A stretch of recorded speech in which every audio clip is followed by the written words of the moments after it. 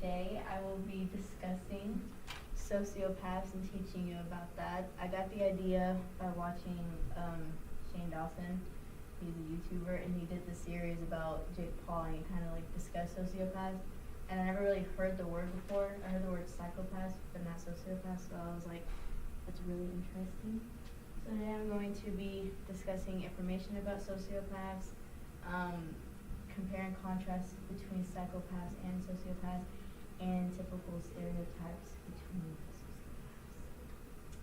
So, sociopaths and psychopaths have a mental disorder, which is antisocial personality disorder. It's a disorder characterized by a disregard of other people, so they have no emotions whatsoever at all. Characteristics: they're impulsive, they are manipulative, they're very irritated and aggressive, they don't care for people's safety or others, they're disrespectful and have no remorse, so they'll lie to you if it's for their own benefit. They're impulsive, so they'll just do things right off the bat, they don't think twice about anything.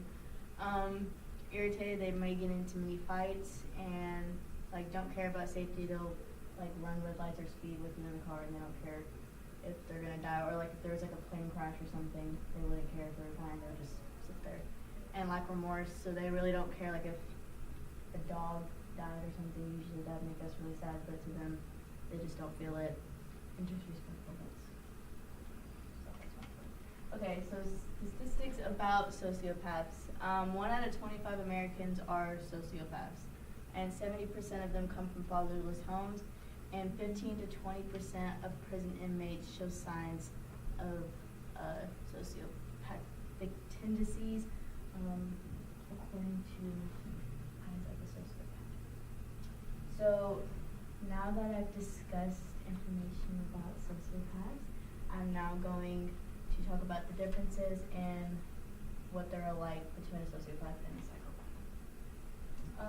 So what is a psychopath? It's a person who's suffering from a chronic mental disorder with abnormal or violent social behavior. So what do they have in common? They both lack empathy. They both suffer from antisocial personality disorder. They both show disregards of social rules, behavior standards. They both fail to feel remorse, and they can both be violent. Their differences: so a difference between a sociopath and a psychopath is one sociopath, it happens by a traumatic event, and a psychopath, it happens from birth. They're born with that. They don't feel anything at all. So a psychopath, they're most likely educators with a good career, so they're kind of powerful. Both a sociopath and a psychopath crave power and crave to just be above everyone. Psychopath also has controlled behavior. They're very manipulative. They're not able to have a personal attachment whatsoever. And if they do commit crimes, they rarely leave evidence, and they're very clean about what they do. Otherwise, a sociopath, like I said, it happens by a tragic event. Most likely uneducated and unable to keep a steady job. They're very unpredictable, and they're impulsive and spontaneous. They can form a personal attachment to a person or group.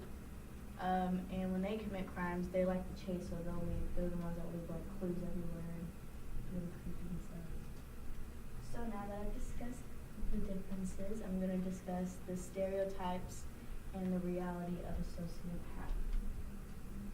So stereotypes is they're typically murderers, and they're cruel, and they're cynical, and they're scary, and that kind of dark vibe between them, and that they don't know what feelings are or to act towards them, or no self-control whatsoever. But in reality, they're regular people. They just don't have feelings. They're not cruel or cynical, and they know what feelings are, they just don't know how to feel them. So it's kind of like a person who is colorblind. They don't see colors, but at a red light, they'll stop, but they don't see that color, but they know it's red, if that makes sense. So that's how it is with the sociopath. They just don't know how to feel them.